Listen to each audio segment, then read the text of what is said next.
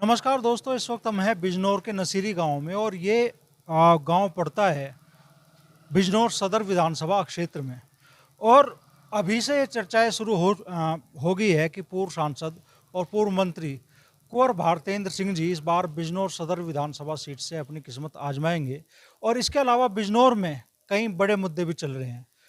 अभी 3 दिन पहले बिजनौर में बांध का मुद्दा उठा, जिस पर बताया गया कि करीब 65 करोड़ की धनराशि खर्च कर दी गई और बिजनौर के लोगों के सर पे हमेशा से बांध का खतरा मंडराता आ रहा है। वो 65 करोड़ की धनराशि कहाँ गई, इसको लेके सवाल खड़े हो गए हैं। और भारतेंद्र जी का एक बयान मैंने मीडिया में देखा कि जांच होगी, ये पैसा गया कहाँ। कई दूसरे मुद्दे भी इस वक्त बिजनौर की राजनीति में चल रहे हैं, तो इन्हीं सब मुद्दों पर चर्चा हम करेंगे। तो सर, पहले तो सबसे बड़ी बात है कि इस बार बारिश भयंकर हुई और बिजनौर के लोगों के सर पे एक बार फिर से बाढ़ का खतरा मंडराता रहा लगातार। तो 65 करोड़ रुपए, बड़ा सवाल उठ रहा है कि गए कहाँ, जो बांध के लिए जारी हुए थे।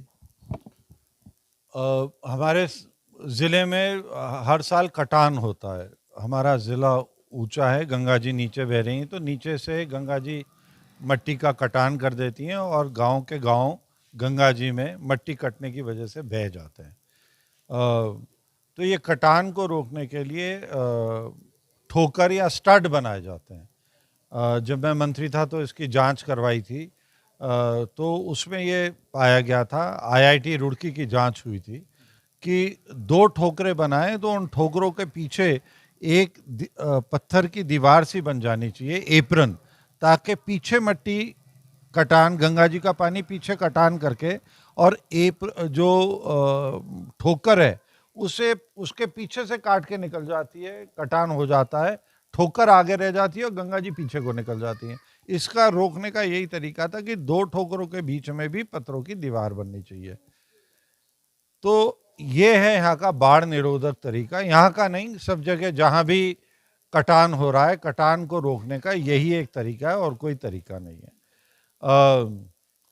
हमारी माननीय विधायिका के फेसबुक पे ये लिखा गया था जुलाई 2023 को कि माननीय मुख्यमंत्री जी ने 65 करोड़ रुपया कटान को रोकने के लिए और बिजनौर के निकट जो रावली का एफ्लक्स बांध है उसका जो कटान हो चुका है उसे उसके तटबंध के रखरखाव के लिए वो भेजा गया है। ये 2023 की माननीय विधायिका के फेसबुक पे आया लिख के। उस मतलब जुलाई में अगर पैसा फंड स्वीकृत हुआ तो वो रिलीज होते होते नवंबर में आया होगा और नवंबर, दिसंबर, जनवरी, फरवरी, मतलब वही अपना शरद और शिशिर ऋतु में वही 3 सवा 3 महीने ही गंगा जी पर काम कर सकते हैं, क्योंकि उससे पहले और बाद में जल स्तर बहुत बढ़ जाता है। ये काम 2024 की मार्च तक होना चाहिए था, मगर जब हम आज जाके वहां पर देखते हैं तो वहां पर हमें एक पत्थर नहीं नजर आ रहा सर, जो कि 2023 की सर्दी या 2024 की जनवरी फरवरी में लगा हो।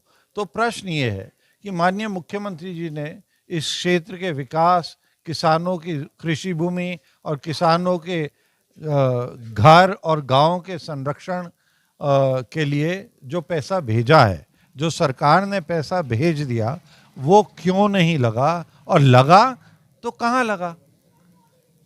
ये प्रश्न पूर्व सिंचाई मंत्री होने के नाते, भारतीय जनता पार्टी का एक वरिष्ठ कार्यकर्ता होने के नाते, अब तो बाल सारे सफ़ेद हो गए साहब हमारे भारतीय जनता पार्टी के काम में, बचपन से लगे हैं इस काम में, और यहाँ से बार बार चुनाव जीतने के की वजह से भी, जिस क्षेत्र में कटान हुआ है वहाँ से भी।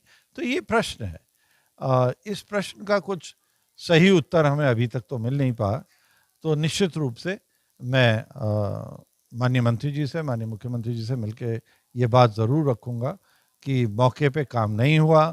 कहा गया है कि साहब ये हमने एक प्लास्टिक की चद्दर सी बिछाई है, उससे बाढ़ को रोका जाएगा, मगर ऐसा कुछ नहीं है। वो प्लास्टिक की चद्दर जगह जगह फट गई है। अब वो कह रहे हैं ये जियो ट्यूब है। अगर आप वहाँ पे जाके देखें मौके पे, आपको देखेंगे कि वो प्लास्टिक की तिरपाल की चद्दर सी है, वो जगह जगह फट गई है, रेता उसमें से बहने लगा है। जिस दिन गंगा जी में जरा सा पानी आ जाए, आ गया, वो सारे का सारा रेता बह जाएगा, वो चद्दर बेकार हो चुकी हैं, वो बिल्कुल नष्ट हो जाएंगी। अगर ये है 35 करोड़, अब वो कह रहे हैं जी कि जी ये जो है वो 35 करोड़ था, 65 करोड़ नहीं था। माननीय प्रभारी मंत्री जी कह रहे हैं 67 करोड़ रुपया है। तो पहले तो पहली बात तो ये है कि विधायिका खुद जवाब दें कि कितना पैसा आया था, कितना पैसा स्वीकृत हुआ था, कितना पैसा लगा। मियाँ कुछ कह रहे हैं, बीवी कुछ कह रहे हैं, या मियाँ बीवी आपस में तय करें, और उसके बाद जो हमारी जनप्रतिनिधि हैं, माननीय जनप्रतिनिधि, खुद इसका जवाब दें। बड़े बड़े लोग हैं हमारे, आप तो मुजफ्फरनगर के हैं, इतने बड़े बड़े मंत्री रहे हैं वहाँ पे, आप मुझे बता दीजिए सर कि अपने मंत्री जी कपिल देव जी की पत्नी का क्या नाम था सर? कपिल देव जी की पत्नी का नाम बता दीजिए। ये काम जनप्रतिनिधि का है, ये पूरे परिवार का काम नहीं है। तो प्रश्न पूछे या जवाब दे, जनता की जिम्मेदारी जो है वो विधायिका पे है, ना कि उसके पूरे परिवार को। तो पहली बात तो ये है कि परिवार को इसमें कूदने की कोई आवश्यकता नहीं है। ये विधानसभा के अंदर जा ही नहीं सकते, ये प्रश्न लगा ही नहीं सकते। जो प्रश्न लगा सकता है वो जवाब दे। ये पूरा परिवार इसमें घुस झूंझ जाता है। तो पहली बात तो ये है। दूसरी बात ये है कि ये सबका हमारा, और जो भी भारतीय जनता पार्टी के कार्यकर्ता हैं, वोटर हैं, ये सरकार हमारी है सर। योगी जी की सरकार है तो हमारी सरकार है, मेरी सरकार है, इनकी सरकार है। हमें हक है जानने का। ये सरकार हमने बनाई है, हम बनाते हैं, हमारी वोट से बनी है। हम जानेंगे जब हमारे योगी जी ने यहाँ पर पैसा भेजा तो वो क्यों नहीं लगा, ये हमें हक है जानने का। और असल में तो ये जवाब देना है सिंचाई विभाग को, तो सिंचाई विभाग के अभियंता इसमें जवाब दें। ये माननीय विधायिका जी का परिवार इतना क्यों चिंतित है, ये क्यों इतना तिलमिला रहा है, ये खुद क्यों तिलमिला रही हैं? इनका तो विषय नहीं है। तो मेरा प्रश्न ये है कि क्या ये है उनका विषय कि वो इतनी तिलमिला गई, चौंक गई? कुछ बात थी क्या? ये जो सारी चीजें चल रही है, बिजनौर सदर विधानसभा सीट से टिकट की जो दावेदारी है उसको लेकर तो नहीं चल रही है सर? बिजनौर सदर सभी सीटों से, सारी 403 सीटों से हाई कमांड तय करता है कि चुनाव कौन लड़ेगा। जो भी हाई कमांड तय करेगा, हम सब समर्पित और कार्यकर्ता हैं, समर्पित भी हैं, अनुशासित भी हैं, हम उसे ही चुनाव लड़ाएंगे और जिताएंगे। तो पहली बात तो ये है, ये हाई कमांड तय करता है। जो विषय हैं, जो जनता की समस्याएं हैं, हम उन्हें उठाते रहेंगे अपने नेताओं के पास, अपने मुख्यमंत्री के पास, अपने माननीय मंत्री के पास, बार बार ले जाते रहेंगे, उनसे पूछते रहेंगे, और जो सही जानकारियां मिलेंगी उन्हें जनता को बताते रहेंगे। और जहां भी त्रुटि पाई गई है और जहां भी पैसे का गबन हुआ है, उसका विषय हम बिल्कुल उठाएंगे और उन्हें दंडित करवाएंगे। क्योंकि हमारा मुख्यमंत्री तो उदाहरणीय है, उनके जैसा ईमानदार आदमी ढूंढे नहीं मिलता। हमारा प्रधानमंत्री उदाहरणीय है, उनके जैसा ईमानदार आदमी नहीं मिलता।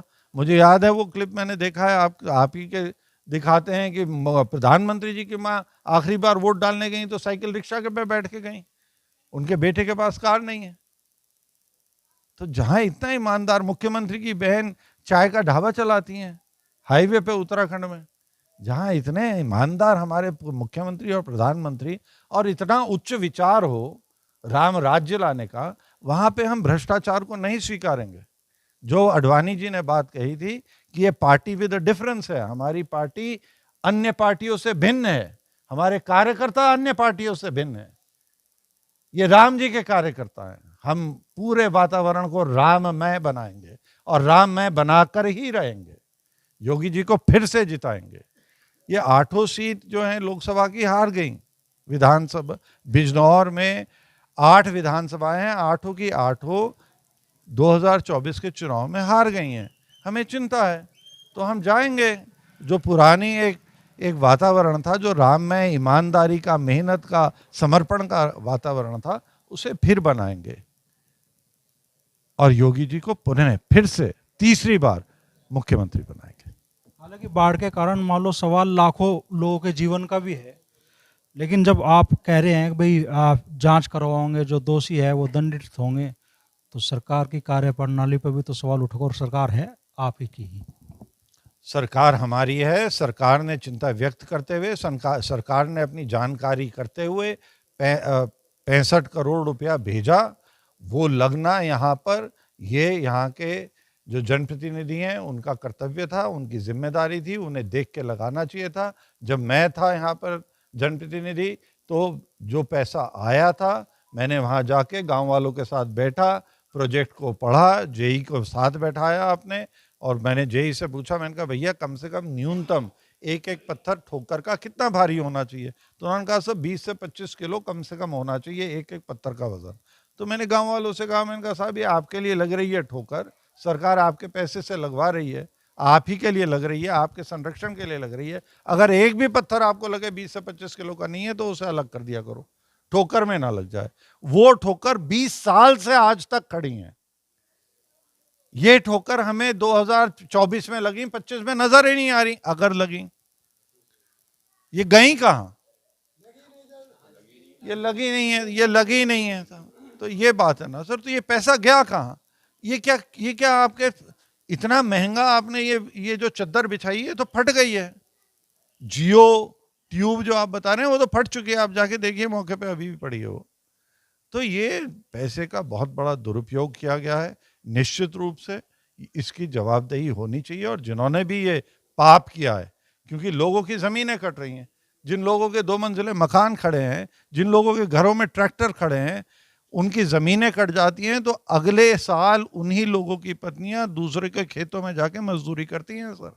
वहां जाकर देखिए कितना कितना भयावह दृश्य है, कितना हृदय, मतलब दिल टूट जाता है साहब ये देख के।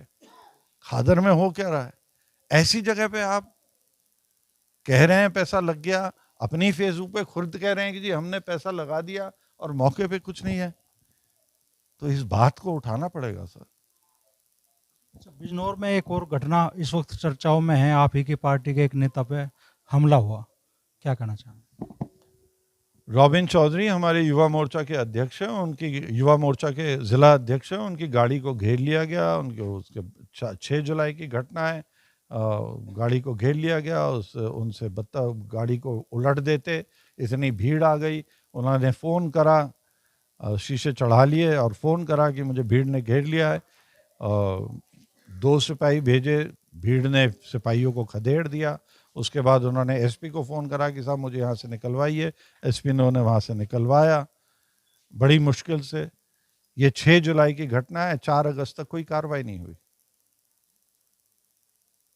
माननीय संजीव बालियान जी रॉबिन के घर जा रहे थे, यहाँ के अपने एक नेताजी ने फ़ोन करके संजीव बालियान जी को रोका कि उनके घर मत जाओ, रॉबिन के घर मत जाओ। तो इस तरह की बातें अच्छी नहीं लगती हैं। रॉबिन हमारे ज़िला के युवा मोर्चा के अध्यक्ष हैं। हमारे एक भी कार्यकर्ता, एक भी वोटर पे आँच आएगी तो हम सब उस पर कार्रवाई करवाएंगे।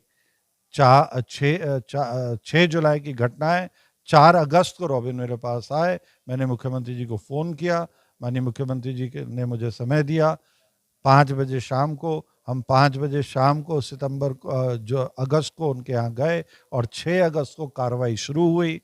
छापे पड़े, माफिया के फैक्ट्रियाँ जो अवैध चल रही थी वो बंद हुई, स्टोन क्रशर जो चल रहे थे वो बंद हुए, जो अवैध लकड़ी काटी हुई थी और टाल पे पड़ी हुई थी और वो सारी बंद हुई। उसके सारे पासपोर्ट रद्द किए गए हैं, सारे असले के लाइसेंस रद्द किए गए हैं, और 4 भाई हैं और चारों के चारों को जेल भेजा गया है।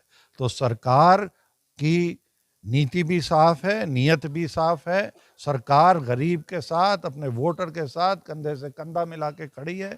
मुख्यमंत्री बिल्कुल खड़े हैं, और वो ऐसा मुख्यमंत्री जो विधानसभा में खड़ा होकर कह रहा है कि मैं मिट्टी में मिला दूंगा, माफिया को मैं मिट्टी में मिला दूंगा, ऐसे मुख्यमंत्री के होते हुए और हमारे युवा मोर्चा के जिला अध्यक्ष को इस तरह से घेर के और बेइज्जत किया जाए, और 1 महीने तक उसमें ऐसी नेताओं की वजह से गंदी राजनीति चल रही है कि जी उसके पास मत जाओ, इसके पास मत जाओ, इसकी सिफारिश मत करो, उसकी सिफारिश मत करो। 1 महीने तक यही चलता रहा। तो अगर बात को ऊपर तक ले जाना पड़ेगा तो भगवान की कृपा से मतलब मैं रहा हूँ, अब तो दशकों हो गए इस पार्टी में, निश्चित रूप से ऊपर तक बात लेके जाएंगे। और हर कार्यकर्ता ही नहीं, पदाधिकारी तो बहुत बड़ी चीज है। हर वोटर को ये लगेगा कि ये सरकार योगी की सरकार है, तो हर वोटर ये उसकी सरकार है। हर व्यक्ति जो नसीरी का यहाँ पे खड़ा है ये उसकी सरकार है, जो बीजेपी का वोटर है ये उसकी सरकार है। इनकी हर बात में सुनवाई होगी और सबसे पहले सुनवाई होगी। ये भावना हमें फिर से स्थापित करनी है, क्योंकि हम चुनाव जीतेंगे, पुनः हम 2027 में योगी जी को मुख्यमंत्री बनाएंगे। आखिरी सवाल बस मेरा आपसे है, दशहरे पे बड़ा आयोजन आप कर रहे हैं और लोग उस आयोजन को ऐसे देख रहे हैं कि भाई ये एक तरह से मंत्री जी दावा ठोक देंगे दशहरे पे बिजनौर सदर से टिकट के लिए भारतीय जनता पार्टी से। हमारा जो यहाँ का डिस्ट्रिक्ट आकाई है, मतलब जो जिला पुरातत्व विभाग का जो अभिलेखन है, उसके मुताबिक सहारनपुर का किला 1600 में बन गया था, मतलब आज से 425 साल पहले बन गया था। और दशहरे का पूजन तभी से चल रहा है, तो ये मैं कोई नया काम नहीं कर रहा, हर साल पूजन होता है, आप सब आते हैं। ये आप ही का किला है, हम सबके पूर्वज वहाँ बैठ के ये 1800 गाँव की जो रियासत थी इसका संचालन करते थे। अब वो रियासत तो नहीं रही, मगर आप सब आते हैं वहाँ पर, फिर से अपने किले में बैठते हैं, तो उस किले की शोभा बढ़ती है। बस ये तो एक पुराना आयोजन है, चुनाव तो आते जाते रहेंगे, इसका चुनाव से कोई लेना देना नहीं। टिकट पे तो दावा है ना सर बिजनौर सदर? ये जो नेता तय करेंगे हम तो उसी को करेंगे। बहुत बार टिकट मिले, बहुत बार टिकट कटे, बहुत बार 91 से पार्टी में है और निरंतर चुनाव लड़ रहे हैं, बहुत चुनाव जीते, बहुत चुनाव हारे। तो अपना काम और अपना हिंदुत्व के प्रति समर्पण हमेशा चलता रहेगा। चलिए, तो बिजनौर सदर से टिकट के दावे को, टिकट का दावा तो उसका फैसला तो मंत्री जी ने छोड़ दिया है हाईकमान पे, और दशहरे का पूजन वो कह रहे हैं कि भाई 400 से भी ज़्यादा साल से होता आया है और वो परंपरा कायम रहेगी। और गंभीर सवाल मंत्री जी ने आज उठा दिए बिजनौर में 65 करोड़ की लागत से जो बांध का कार्य होना था उसको लेके, और वो कह रहे हैं कि जो दोषी होंगे उन्हें निश्चित तौर पे सजा भी दिलाई जाएगी।